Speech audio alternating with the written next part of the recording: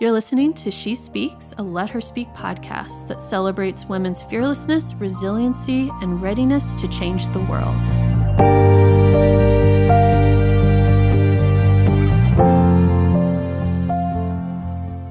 Hello, and I'm so happy to be here. My name is Berta Medina. I am a professional certified coach and speaker. And what am I doing? My word? Yeah. and the best word I could use to describe the last couple of years is transformative. Transformative. And given what I know about your story, definitely fitting. So let's dive in to the transformation of Berta Medina for the last 2 years. So going back to 2020 and when we had our interview, and I know a ton has happened since then. And I know you're also a huge travel enthusiast, and so you weren't able to travel, but you still traveled a decent amount though during that period. But I know a lot of other things happened. So let's dive into what has happened. Sure. Yeah. So 2020 was again. I'm not diminishing or discounting the tragedy of everything that was going on. It was just a very big year for me as far as business. I think we were forced to look at things differently. And I like doing that anyway, but you're never forced to do it the way we were forced to do it in 2020. So it was a really interesting time for me. 2 days before the entire world shut down, I asked my husband for a divorce.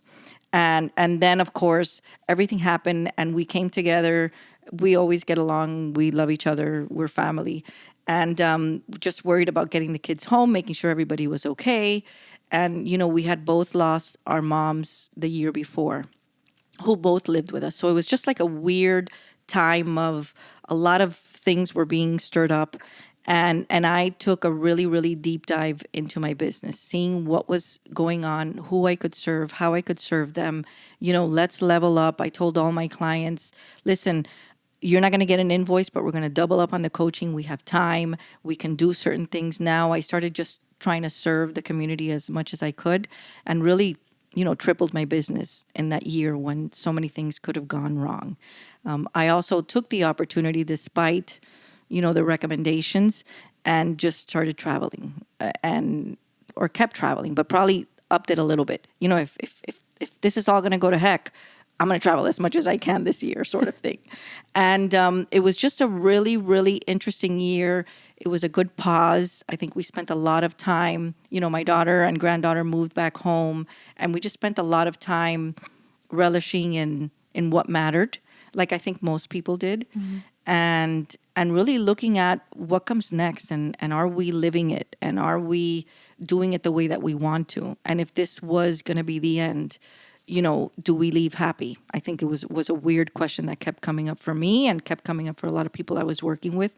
But it was crazy, but it was really, really good. You know, I received that little Google email at the beginning of every month, December 1st. And it said, you have traveled 1.7 times around the world this year, you know, 2 new regions and 462 cities.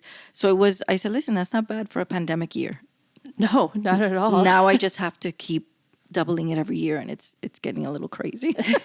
But it was really an interesting time. So you were just talking about you know, coming to the realization of what's important and what's not, and what are the changes you want to make if this is in fact all that the last of everything that you're going to do. Have I done it to the point of where I'm happy with it? Right. So what were some of those realizations that came out of that? I think some of the realizations were, and I always tell people, you know, I'm 54, I've lived 3 lifetimes. I tell people, because they say, you know, you take so many chances, you're always taking risks and you're doing all this adventure stuff. And a lot of times you're traveling alone and driving from one end of the country to the other. And I say, listen, if I go, don't cry for me, because I leave happy. I've lived 3 lifetimes and I've done everything on my list. That doesn't mean I don't have a 5-gallon drum instead of a bucket of things I want to do. But I think what really happened was that it gave me permission or for people to view what I was trying to describe all along. You know, like, listen, we just don't know. We don't know where it's going to be. And nothing, not that, and I'm optimistic. I don't think in gloom and doom. I don't live in fear. I don't think in those terms. But at the same time, it's hard to express to people, listen, we gotta suck it dry is what I call it, right? We have to be living it as loud as we can because we just don't know. And the thing is to make sure that you're happy. So I think a lot of things that some of the biggest changes were the way that I was serving my community, right? I knew that I felt that I was serving them to the best of of my abilities, but I think during that time I was able to really go all in because I had nothing else to do, and I just dove in, and it changed the way that I think I read something like 67 books that year. And I always read a lot, but that year I had a lot of time. And I think that it really helped me to hone in on who I wanted to be moving forward. Was I serving enough? I felt like I'm doing this much, but was I using my talents and my gifts and everything that God had given me really to take it up a notch? And I think that was the biggest thing. And along with that came, again, I love my husband. I don't feel that he was happy. And he's so good. He would have never been the one to pull the plug. And I don't mind playing bad cop, but I said, I want you to be happy. And we get along great. We never, people say you get along better now than before. We never didn't get along. But I think that was one of the biggest things that I was holding on to for so long. And we're in our comfort zone and we don't want to rock the boat and we don't want to, but it doesn't. It was the most loving divorce. Even our mediator kept saying, if you were coaching around this, I'd send everyone to you because this is the most beautiful divorce I've ever seen in 20 years. So it was those little things that I started doing to stretch way out of the boundaries that I and being a Cuban Catholic, were raised on guilt and café con leche. So just being able to stretch those boundaries and realize that, listen, the world doesn't end and we can do life and we can be happy and we can do things the way that maybe God intended us to do. Went on a mission trip last year. We had to stop because of the pandemic. We were able to shift it, took ex-clients and people who had never been on mission trips before and was able to see it through their eyes and then realize, listen, we did it during a pandemic. Things are getting better. So now I have 3 scheduled for next year. So it's just a lot. I was much braver in my approach with things. I was less worried about how people saw me and what they thought. And I thought I was like that before. Mm-hmm. But now my daughter says it's like scary level, which is good. I think we as women, and I'm older now, so it's like you care less and less, right, as you Right. get older. But I think it's there was a lot of shift, I think, for a lot of people during that time. Good shifts. Yeah. And I think you hit on something really important too, is that I saw some of those shifts of you either shifted to being even more afraid or you shifted to being even more brave.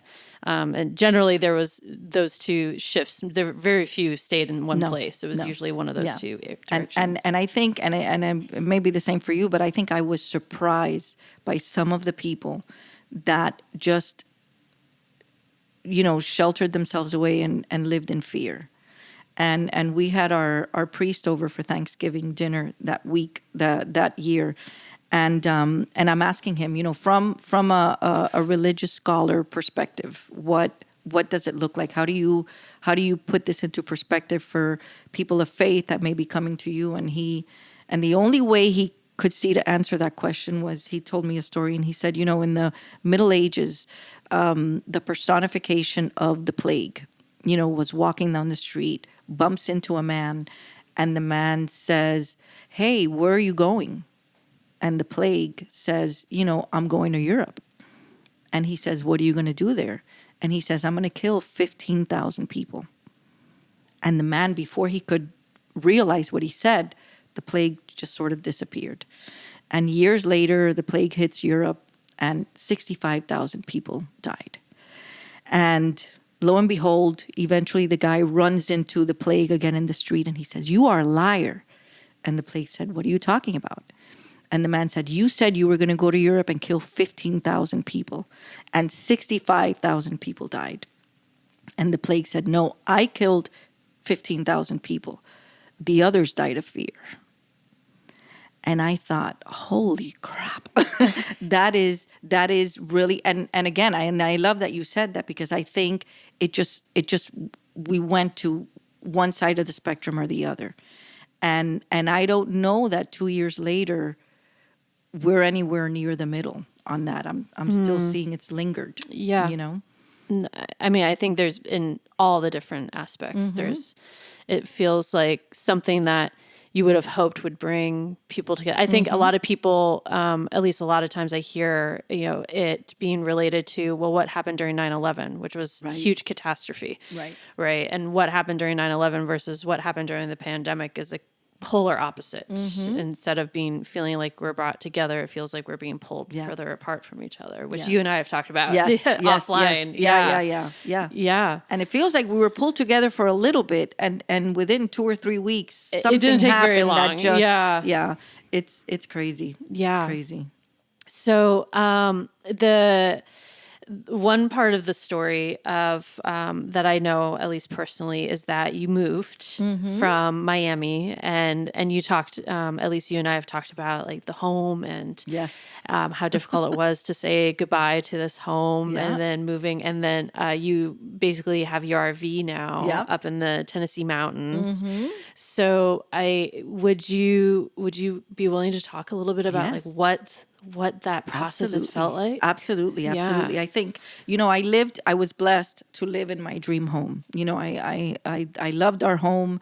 One of the requirements, my husband knew I didn't want to get rid of. He's a great guy. I don't want to make him sound, he's a beautiful human being. But one of the caveats was, well, you want to get divorced, we have to sell the house. And I'm like, I don't have to sell the house. It's my house. And he's like, yeah, but we're not, if you want me to sign, we got to sell the house. So that was, and it took me a year and a half, Catherine, believe it or not, to finally come to grips. And it was just that little comment, which is not a big deal, but it's the straw that breaks the camel's back. And I called the listing agent, I called an attorney, and I said, listen, we're doing this. This is what you want. We're going. And you know what? When I made the decision and I started packing boxes, and it all happened very fast. That was, end of June. I left for 2 weeks to Kenya on a mission trip, came back, and everything just happened very, very quickly. We closed October. We bought our house October 4th. That was our closing. 19 years later, October 4th, we did our closing to sell the house, which was weird and eerie. But I had this attachment to the house, and I'm not a materialistic person, never have been. But I just had this, we had parties. Our cousins were over every weekend. We hosted people when they were here. Both of our moms lived there. Our kids finished growing up there. That was the only home my granddaughter knew. And I just had this real. Now that I look back, it's almost like an unhealthy attachment, but it was my home. I mean, that's how we should feel about home. And I remember 2 days before, he had already moved into his new place. I did not rent. I didn't buy anything else. I just wanted to be in my home. So I was sleeping on a comforter on the carpet in our room because all the furniture was gone. And I remember going room by room and just thanking God. Look, I still get emotional. Thanking God for every memory that we made there. Praying for the new family. It was a young family that was buying the home, that they would make great memories there. It was just like a really weird goodbye, but a good goodbye. So I, everybody's like, where are you going to live? And I said, I'm just going to give myself a year to travel and figure it out. And the blessing of our work is that we can do it from anywhere.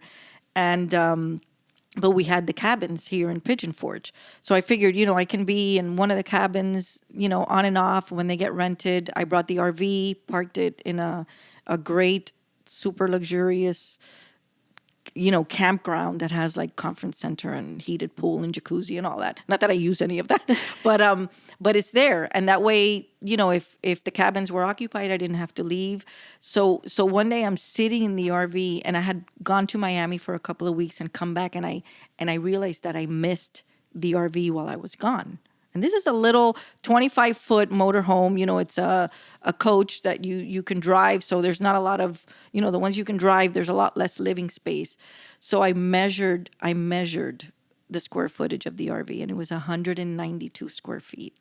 I redid the flooring, the pink, I pinked it all up, right? And I remember saying, I miss my 5,000 square foot house, but I have never been happier than I feel right now in a 192 square foot RV.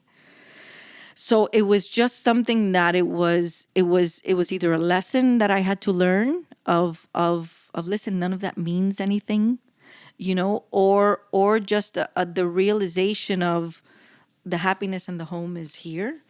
I have the flexibility that I go and jump in the car, jump on a plane and see my kids whenever I want. I go back home and see my aunts and my cousins, and life is good. But people are like, oh, now your daughter's back in Florida. When are you moving back? And I'm like, I'm just so at peace here. My daughter never stays put for very long, which is a good thing. She's a follow your dream kind of girl too. So it was just took a lot of processing. I think I've grown more this year, especially, probably than ever, and learning things about myself and falling in love with myself, spending a lot of time alone and just really enjoying my company. Somebody texted me the other day and they're saying, I worry that you're lonely, and I said, listen, I am never lonely. Alone and lonely are not the same thing. So it's just been a really, really beautiful, and I've given myself the time to just pause and embrace it all, which has been great.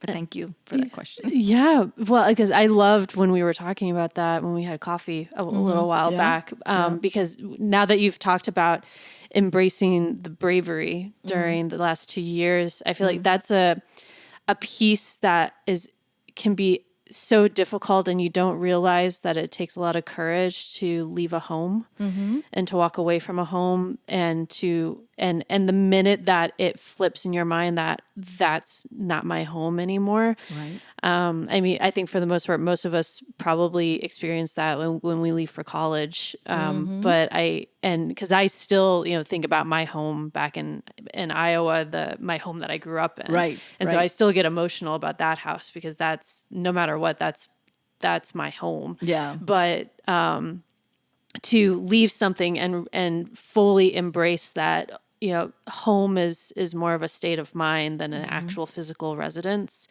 I think takes a lot. And it's extremely scary when you start thinking about it from that perspective. Yeah, you're right. And I think that connection that we have to whatever it is, and my daughter sent me a song the other day on Messenger, and the song is called "No One Knows Me Like the Piano in My Mother's Home." And, my daughter's a musician, and she grew up, and we had, the only thing I was not willing to, let go of was her baby grand piano, right? Because I bought it for her when she started. And that's really, it hit me when I heard that song, because I'm thinking, that's that feeling of home that you can always go back to your parents. And, my kids don't have that now, but I'm thinking, they have them everywhere now, all over the country, and they can go wherever they want because we have places. But you're right. It's just scary. It's just scary. It's a little bit, sometimes I think of it like in the movie Inception, and you have this totem, and that's your grounding totem, is that a lot of times an entire building becomes that totem for you of that groundingness. Yeah. And when you don't have it, then you're a little bit uneasy of, okay, what am I if I don't have this place that I can return to? Yeah. Yes. I love that. Yeah. I love that. Yeah. And let me tell you, it's taken some getting used to, because sometimes I'll still go back to Miami, and I'm there for client work and to see everyone at least 1 week out of the month. And sometimes I'm like, did I leave whatever, this bracelet is it in the drawer? Can I pass by the house and get it? I'm like, shit, you don't have that house anymore. You actually, you can't. It's called breaking an entry, but it's just weird. It took, but then, and I love that you just said that, because then what you're finding is that totem, right? How do we make that us, so that we're always with us, Yeah. and that nothing else matters? And it's been a hell of a ride. I mean, these last 9 months have been a hell of a ride. And I said, I'm going to give myself a year and I'm just going to travel. And now I'm thinking that year's coming up and I don't know that I want to stop. That was going to be my follow-up is I was thinking, it Yeah. has to be close to a year now. Yeah, it's getting close to a year. Yeah. And I don't know that I'm ready to commit to anything or to stay in one place, or, I'll be in Colorado Springs for 5 weeks, and I'm leaving next week. And, I don't know. It's easier than I thought to live it this way. So I'm just going to do it until, the old catches up with me. We'll see.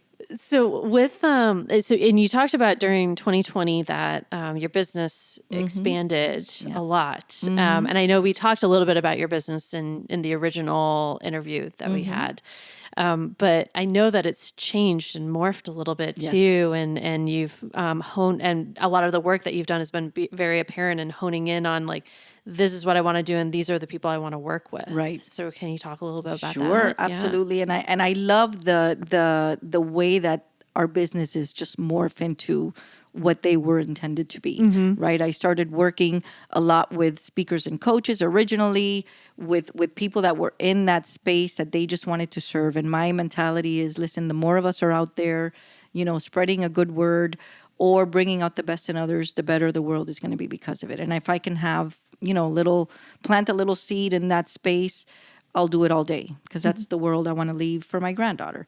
And then I realized that a lot of that leads you into getting, working with business owners. Business owners leads you into working with corporate. And the funny thing is that when I started my career, I didn't want to do business at all. I was in the corporate world for 28 years.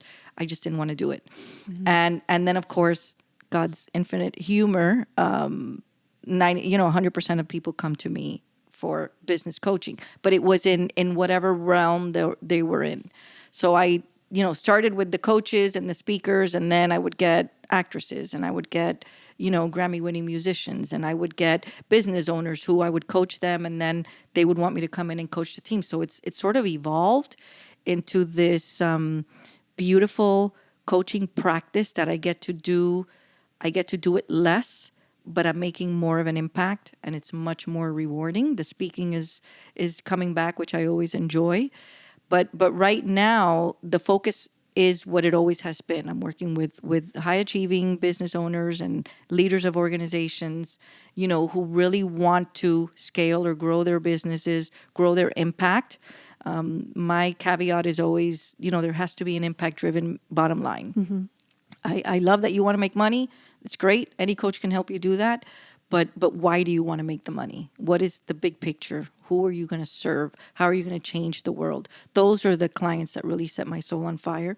So I've been able to really just focus on working with those people that I want to work with. It's not, like when we start, it's like, we'll coach anybody. We need to get it in, and it's much more calm now. It's much more at peace. I work only with invitation and referrals, and so I don't have to really market.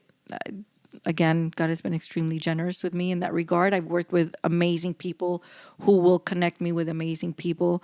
So it's just taken on this life of its own, but in a way that I couldn't have planned it, even if I had a crystal ball. I think I couldn't have planned it this way. So it just gets more and more rewarding. And it's just crazy. It's crazy, Catherine, how things happen when we're just in service mode, because that's all I wanted to do was serve, Yeah.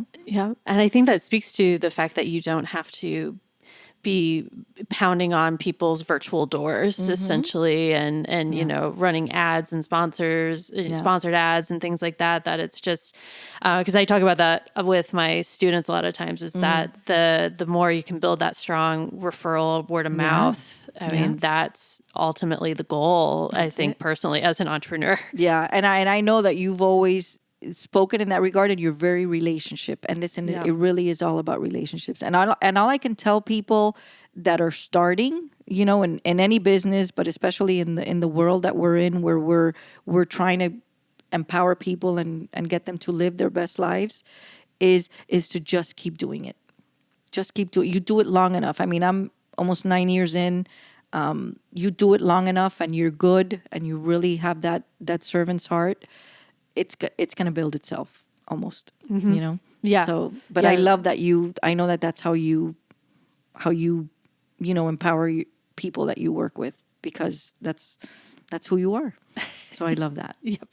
Plus, I'm also not someone that shows up a lot on social media personally. So it's like, the more I can build relationships, that's easy for me. Having to show up on social media, that's not easy for me. Yeah, that's crazy. So over the last 9 years, and I mean, especially during the last few years where you've really honed in on this is what it was always meant to be, the business that you've built, have some of your tactics and coaching and your methodologies and things like that, has any of that changed as well? Or has it always been fairly consistent, but maybe with slight tweaks? Yeah, I think the methodology is, everybody's different, you know, and I have really embraced and grown in the space of curiosity. I come in super curious because I've always been curious, but my business transformed when I was able to get myself out of the way.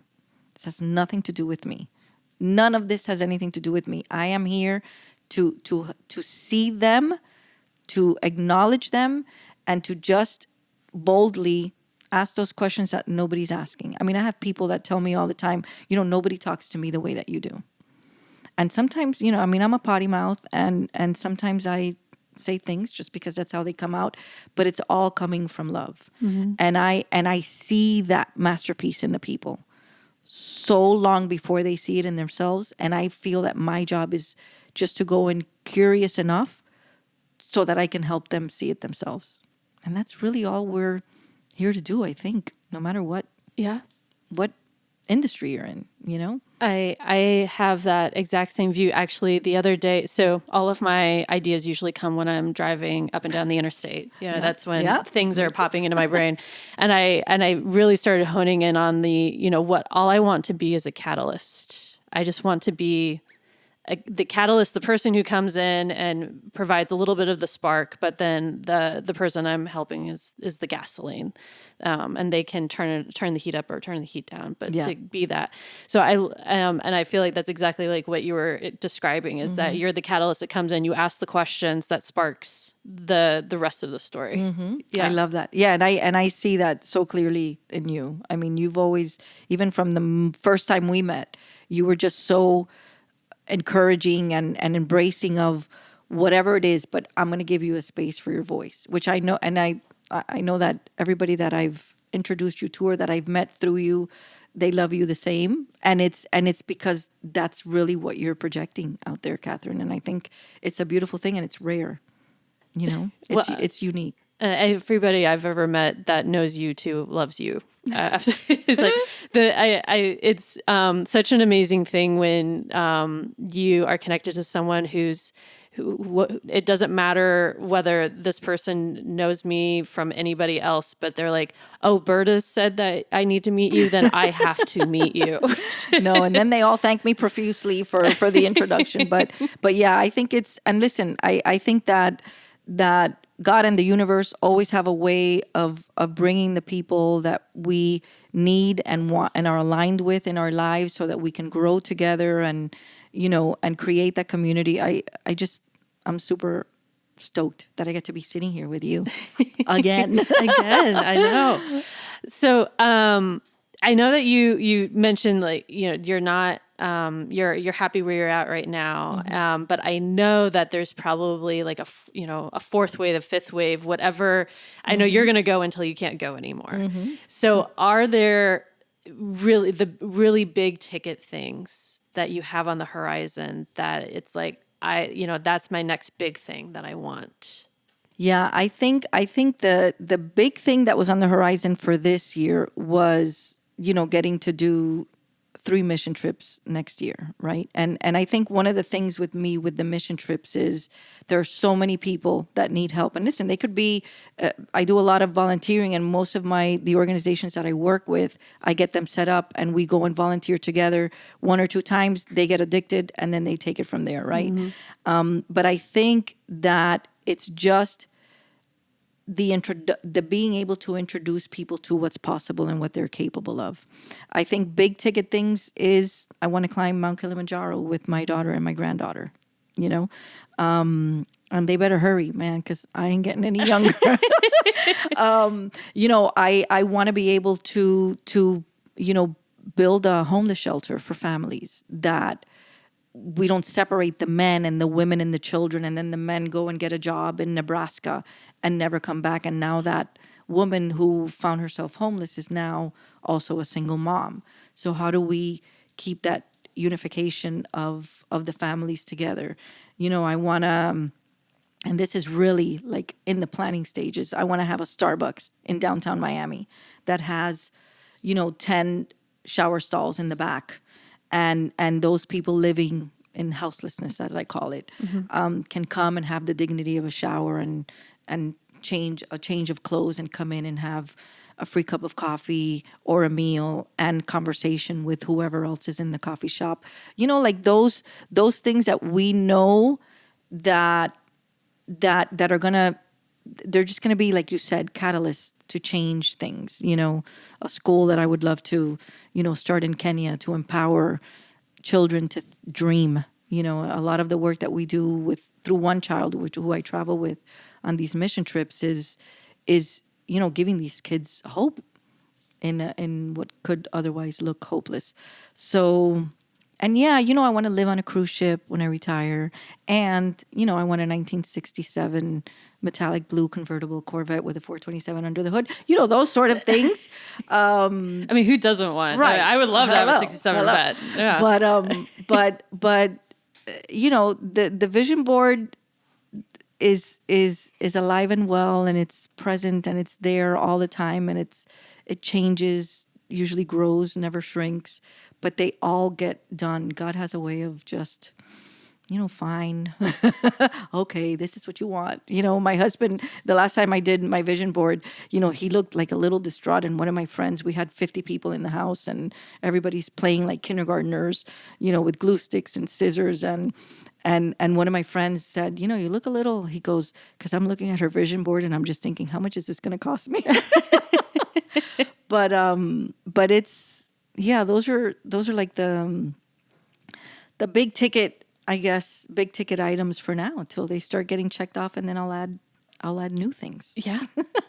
That's why I always love talking to you, Berta, because it makes me so looking, obviously there's some age between us, and it makes me so excited to get older. Right. Which I think is not always the case, especially for women, it just seems like, once you turn 40, the society just would prefer you to just go quietly into the night, right? Go into menopause and shut your mouth. Yeah, exactly. Sit in your home and watch your shows, and and then you're done. And your little stories. Yeah, exactly. Yeah. And I've always, and I say this to a lot of my friends of like, I'm on the Grandma Moses plan. I want to be in my 90s and then I become a nationwide artist. Exactly. Exactly. Yeah. I love it. And I think it's changing, Catherine. I think that's what I love about Let Her Speak and what you're doing, because I think that we're all aging, right? I don't feel like I'm going to be 55 in 2 weeks, right? But I don't feel the number, but I embrace the number. I remember when I turned 30, my husband said to me, "Oh my God, what you would give to be 22 again." And I said, "Are you kidding me? I love 30, and 40 was so much better than 30, and 50 has been so much better than 40, that I'm looking forward to 60. And I plan to, like you said, at 100, still be able to climb mountains and jump out of planes and, do whatever. But I have loved the aging process and menopause. Sorry, dude. I menopaused early. 42, by 45 I was dry. I have no problem saying that. But you know what? Menopause is very empowering for me. And I tell women, look forward to it. You're gonna shake things up like you have never shaken things up before. So I say look forward to it, and we, the good thing is that those of us, and like especially you, that you're young and you're in this space, you're just gonna grow this movement into what you just described. So I think it's pretty neat to be able to age gracefully or not.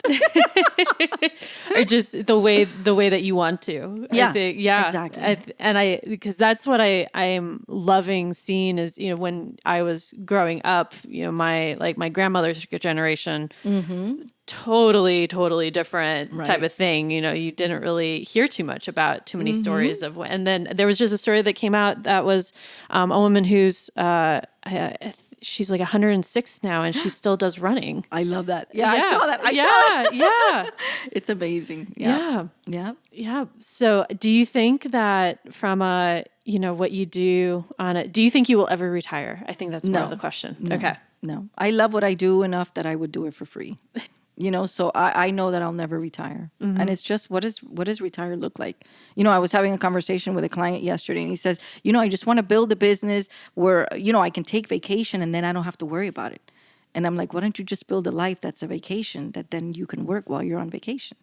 And the concept was like, what are you talking about? And I'm like, listen, it exists. I mean, if you're building a business that you love, you never have to take vacation from it. And I do coaching calls from mountaintops and from beaches in St. John, like not a big deal, because I love what I'm doing. I don't feel like I'm, the two lives are not separate from each other. So Now, do you feel, because this is always the argument too of, especially during the Great Resignation, because, everybody realized like, okay, well, obviously most corporations could care less about me. I mean, a lot of them, not all of them, but quite a few. Do you think that it's possible for everyone to live in that world with the way that, with the way we require there to be restaurants right now? We got so reliant on having fast food and having restaurants and having access to services that are typically minimum wage jobs that it's very difficult to live that way. Yeah. Do you think it's possible? And if you do, how do you think that? I think, and that's a great question, because I've thought about it a lot. And a lot of the speaking engagements that I've been called to do now, when my discovery process has changed, the way that I ask questions, I want to make sure that I'm talking to someone in leadership, someone in management, someone in the front line, to make sure that the problem that they're telling me they're having is really the problem. And I find that a lot of times what they're facing right now is, how are they dealing with this great resignation? So I know that there's always going to be an opportunity for people who want to shine in the space of working for someone else. I know that that's always going to be the case. And the way that I address, what I call willing to eager, how do we get our employees from merely being eager to work to being, willing to work to being eager to work here? How do we establish that connection? And there are people, I have friends and colleagues and that work for organizations that they love what they do. They're able to shine in their space. Their creativity is really embraced, and they're able to do things. But I go back to the story of my grandfather. I know we've talked a lot about him. How much he loved, and he had 3 jobs. He got to this country at the age of 60. He was a retired police officer, but had to work because, he had 4 fatherless grandchildren. One of them was mine. My father went back to Cuba when my mom was 5 months pregnant. So he had to work, and he worked for 22 years, 3 jobs. But he loved working at his jobs. He was a houseman at a hotel. He cleaned the Winn-Dixie at night, and he and he helped clean a bar, in the morning after everybody would leave, Miami in the 80s. But he had such a connection with his bosses that he loved his work. He loved being able to do it. He loved that afforded him the opportunity to support his family, buy us all our first cars, put us all through college, and didn't retire until we were all, colleged and married and living on our own, sort of. But he really, and I think there's always going to be an opportunity for that. Not everyone, because I know that a lot of people, especially, the millennials, and I hate to generalize because even in my generation, we're Gen X or whatever it is. We want to control our own time. I think that companies out there and organizations that are doing it right are really adapting to what the employee needs so that they can remain an employee, because they do need to have that. So I said it's a great question.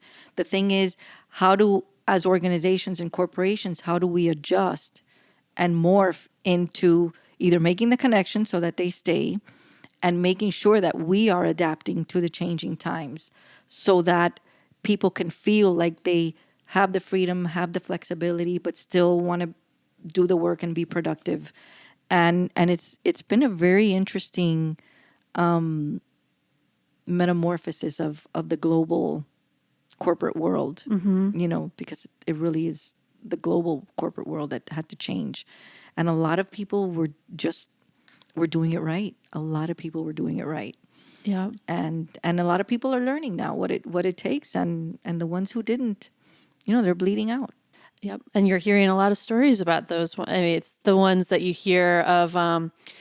Predominantly you'll see it on TikTok, because I would say of all the vocal employees, it seems like Gen Z or younger millennial are not blinking an eye of showing like, this is not right. This is not how you treat an employee. Yeah.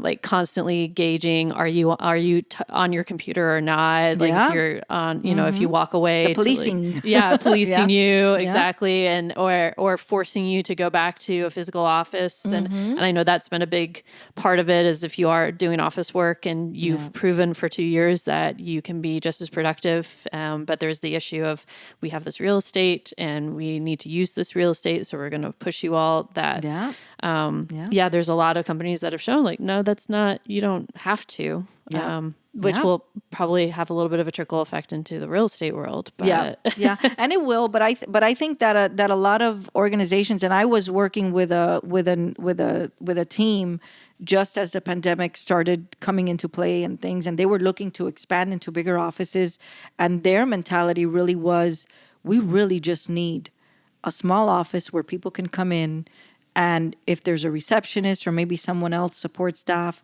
and everybody else went and worked from home. And, they saved like a ton of money on overhead, on real estate, like you said. It just depends on who's willing to think outside of the box. And listen, a lot of these attachments to the old way of doing things that's just how they've been doing it forever. And you're right. The Gen Zs and the younger millennials, they're not afraid. Like my generation especially, I'm coming I missed the baby boomer by like 3 years or something.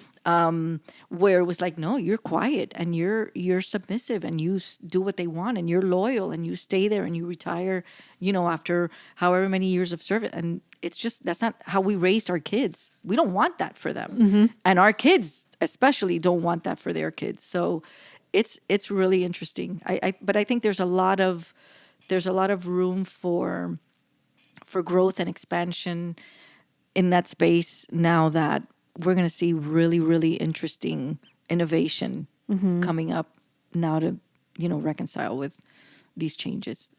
Yeah, what I hope really is that some of the bad practices that have been tied, going back to the start of the Industrial Revolution, because I know a lot of the culture, you can stem it back to the Industrial Revolution, that a lot of that gets completely turned on its head.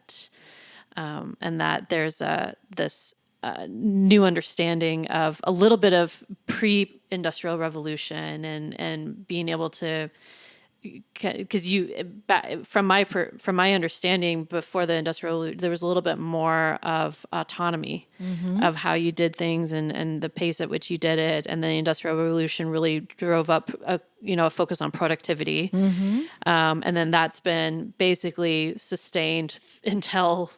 I mean, even now, obviously, productivity is important, but it's what does productivity look like, and what is the means in which you can achieve productivity? Because why do we have all of this technology if not to make things more productive without us having to do as much work? Yeah, absolutely, absolutely. You're right on the money. And I think we did some work with Microsoft during the pandemic around stress with the employees or whatever.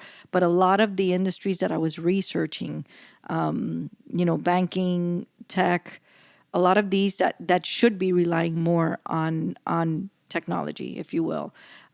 They were finding that their employees were more productive. They would log in earlier, they would leave later, and they were getting more stuff done throughout the day, not having to worry about contending with traffic, not having to worry about after school for their kids. So many things that were making them almost, oh my gosh, I'm so grateful that I can work from home, that I'm going to do more of it. It was like a weird, and then the work we came in to do was really around making sure that there was a stop time, that you weren't overdoing, that you weren't burning out because you're home. Who says, I can't just stay on my computer till 9:00? Right. But, yeah. Yeah. And making that and the standard across the entire company culture of Exactly. no, you are not on all the time. Like even your boss's boss is not on all the time. Yeah. But I love what you said, Catherine, because I think what'll happen is like I'll see it probably with my granddaughter's generation, that they may think of that, very dictatorial way of doing things, and we're the leaders and you have to do what we say, sort of industrial, with the productivity and the, we gotta meet the quotas, and we gotta, I think there will be a time when sometime maybe in my granddaughter's life, they will look back at that and they will say, my gosh, that was like, how did that happen? Was that real? Yeah. That really exists? And it'll be an oddity for them, hopefully. Yeah. What I really hope is, we see the rise back of the main streets and the small businesses and, a little bit smaller organizations, because it is very difficult to not feel like a number when you're one of 45,000. It's much more easier to feel like you can immediately see gratification in that the work that you're doing is making an impact when you're a part of, these, either they're smaller, sub organizations under an umbrella, but I've seen that for like the last few years, that it just feels like we're going a little bit back to a time before the Industrial Revolution to some degree, when you're talking about corporates. Yeah. And I think even like you said with millennials and the Gen Zs, they want to do work that matters. They want to know that what they're doing is making an impact. They're not worried about the bonuses and the salary as much. I mean, my son took a pay cut because he loved the brand that he was working with before, right? And he just said, I want to be a part of that brand. And because he moved to Miami and then moved back to Orlando. And he said, I it doesn't matter if I'm making less money. And then with that attitude, 2 months later, they gave him a promotion and he's making more money and, than he thought he was going to be making. But he has so much passion for the brand. And I think we're seeing that these younger people, they want to make a difference in the world. And if they're not, they're not fulfilled, which is beautiful. It's yeah, I know. I love that aspect. Yeah. How that's all evolving and changing. Because that was a big issue when I was in the corporate world for a while. Of just like I just wasn't passionate about. I loved whenever I found something to be passionate about, which was generally had to do with like the people I was helping. I would get scrutinized because from their perception, my productivity was lower, but my output was better. So it's like it didn't seem like I was serving as many, but the outcomes were so much more positive because I was spending more time helping people.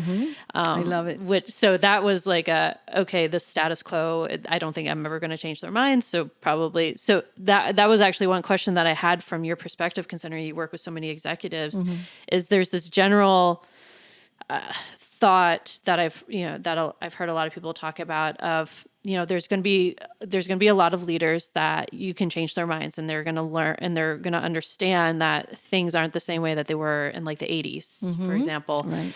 But there are going to be some philosophies that are so entwined into the culture of an organization that a lot of times you just have to wait it out for the leaders to age out and for the new group to come through. So I'd love to hear your perspective on that. And that's a really good point. And I think, and I'll just use a differential here.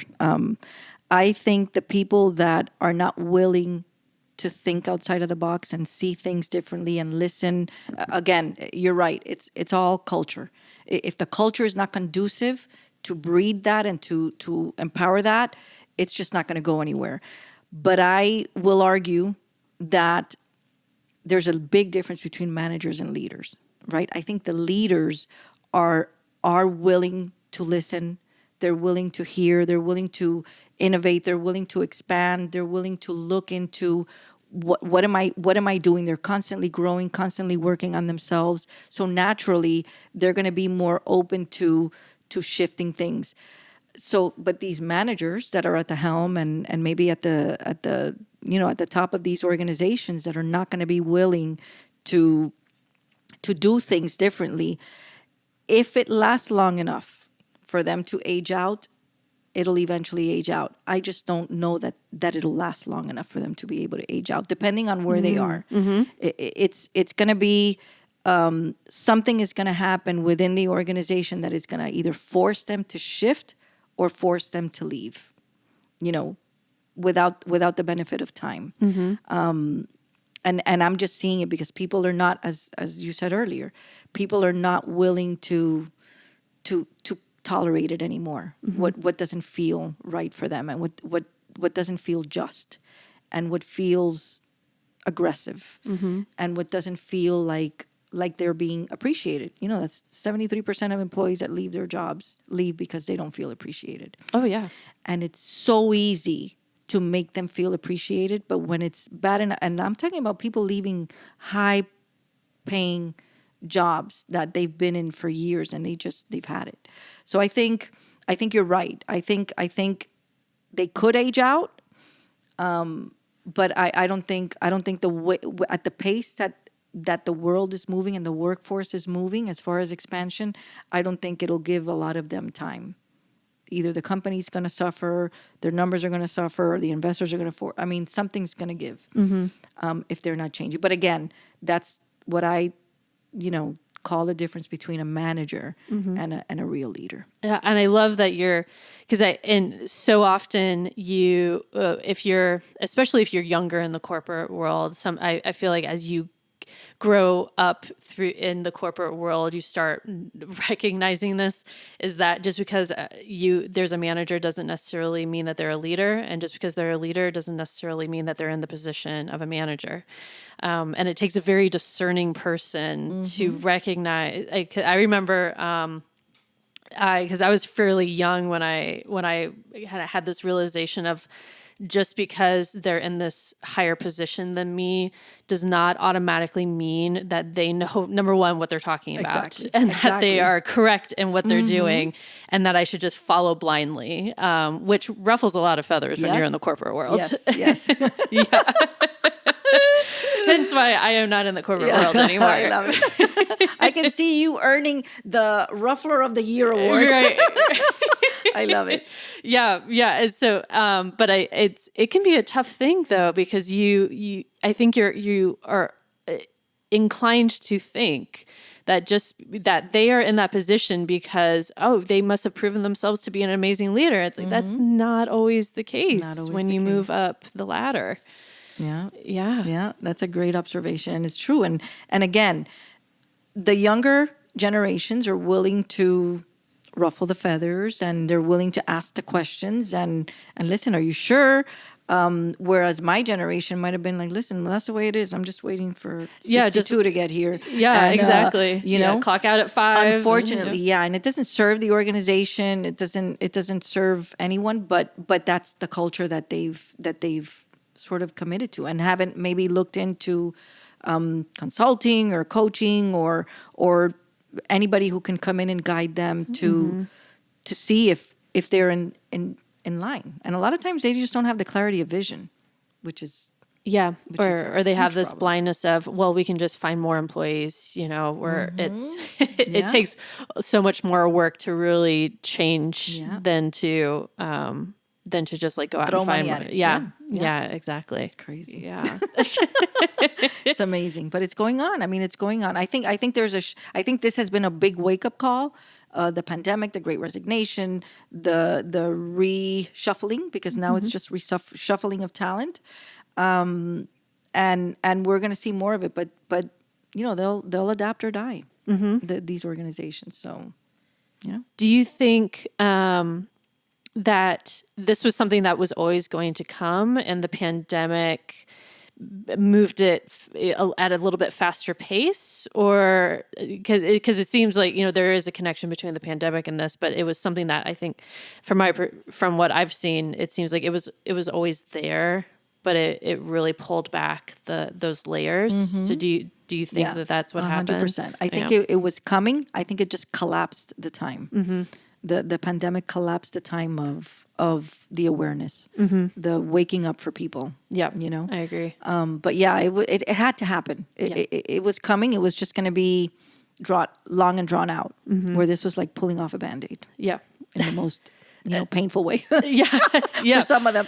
But I mean, in order to clean a festering wound, it takes a lot of pain. Yeah, exactly. There's a lot of pain involved when you're cleaning it. Yeah, exactly. Yeah, So, yeah. Well, I'm so super glad that you're part of the helping leaders through that change and navigating that. Yeah, I mean, I think it makes a huge difference for especially everybody on the front lines of it. Yeah. And I think it's been very rewarding. And there are amazing people out there, Catherine. I mean, sometimes they get a bad rap because they're in that position and they feel they have to act a certain way. But they've got some of these people I've been blessed to work with have the biggest hearts. It's just nobody knows. So it's like, how do we get them to bring that to the forefront without them thinking the old mentality of, oh, that's going to be weakness. And I'm thinking, no, that's going to be the strongest thing you can do for your organization. Right. And it's been like a real blessing just to see them flourish and, be vulnerable and get into that space and be willing to, with the guidance and with somebody nudging them to do it and encouraging them to do it. And then they're like, oh my gosh, I wish I had, been able to be myself, because a lot of them are really good people. For so much longer, I just thought I had to, have this. Yeah, I had to be the stoic business person. Yes, yes. Just put up some ping pong tables, right? Because that's it. Listen, that's a lot Pac-Man easier than machine. being vulnerable. Yeah, exactly. Yeah. It's really wild. Yeah. Really wild. Yeah. Well, we'll have to hear stories sometime about all of maybe some of the stories that you've had of working with. Yes, absolutely. That'll be another episode. Yes, absolutely. So I know there's quite a few ways for people to connect with you. So I'd love for you to talk about that, and then also your podcast. Sure. So Dreamers Succeed is everywhere. Facebook, Instagram. I'm like you. I do it very little, just so my family knows that I'm still alive, right? LinkedIn is usually the best way. So it's Berta Medina or Dreamers Succeed. You can find it both on LinkedIn, and that's usually where I do most of my business socializing. The podcast has been on hold. We're relaunching in November. It's probably going to come in under a new name. We've been working on revamping. So it's the Dreamer Succeed podcast. It'll still be under that umbrella, but it's going to be called Champagne and Balls of Steel, which is very you. The name of my next book. So we're just changing up the format a little bit of the way we used to do it. So it's been a lot of fun putting that together and seeing how that's going to evolve. So look out for that. Hopefully we'll be recording starting back in November. Hopefully you'll be one of my first guests under that title, because I know that's very you too. But I'm looking forward to it. I just paused it because, you know, my studio was in my home. Right. and I just didn't want to have to be dealing with even though now we're all set up mobile and it's not going to tie me down at all. But it's going to be fun. It's going to be fun. It's a whole new, we get to reinvent. I've had a lot of fun reinventing that, because I love the podcast, and I love being able to have great conversations with people, and so it'll be fun. Yeah. I'm looking forward to it. It's a great title. Yeah, I like thank it. Yeah. I'm looking forward to that book too. Yeah. Well, thank you so much, Berta. Listen, thank you. Are you kidding me? I love spending time with you. Just so blown away by what you are doing and what you have, how you have grown Let Her Speak, and how you continue to serve us all, and how you've taken it and expanded into the community space, which you've always been. But I just love what you're about, girl. I so admire you, and thank you for letting me make those introductions. Everybody's course. like, Well, you know thank you. Catherine? I'm like, yeah, she's my friend. So really grateful to have spent this time with you. No, likewise. Thank you. Likewise. Thank you so much for being the new model of what, you know, a woman can be. There you go. Yeah. Thank you, Catherine.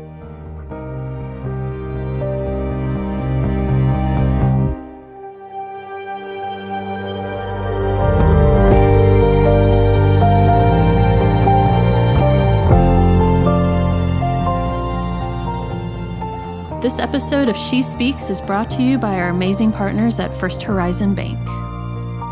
She Speaks is produced, edited, and scored by the very talented Travis Tench at Oak Hill Audio. If you loved the episode you just heard and want to support Let Her Speak's mission of elevating real women's stories, don't forget to follow, subscribe, and share at Let Her Speak USA. Together, we will make our voices heard.